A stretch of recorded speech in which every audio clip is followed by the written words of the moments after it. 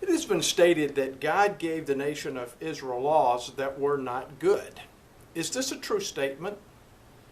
The verse that is used most often to try and prove their point is found in the book of Ezekiel chapter 20. So let's read that verse. Ezekiel 20 verse 25 says, "Wherefore I gave them also statutes that were not good, and judgments whereby they should not live." Now let me show that this verse cannot be referring to God's laws. The reason that we know this cannot be referring to God's laws is because what the Bible actually states in a couple of other places. For example, in Romans chapter 7 and verse 12, Romans 7 and verse 12, it states, "The law is holy, and the commandment holy and just and good."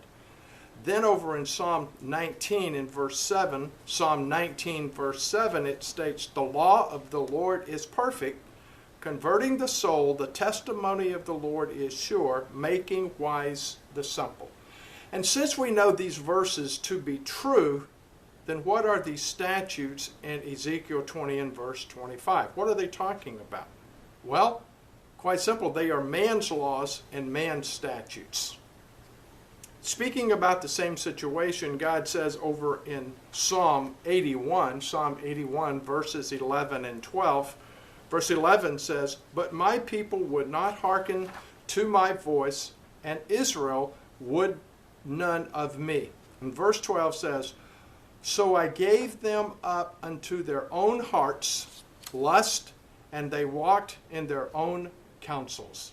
In other words, since the Israelites would not follow God's laws and statutes, God gave them over to their own laws and their own statutes, which were not good, as they ended in death.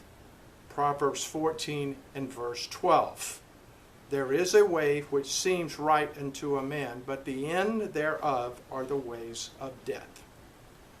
The actual translation over in Ezekiel 20 and verse 25 is better rendered as "gave them over to statutes that were not good," which is exactly the way the New International Version and the Amplified Bible translate this verse. It should be clear that God is not a giver of anything that is bad. Therefore, God did not give Israel, or for that matter, any nation, laws that were bad.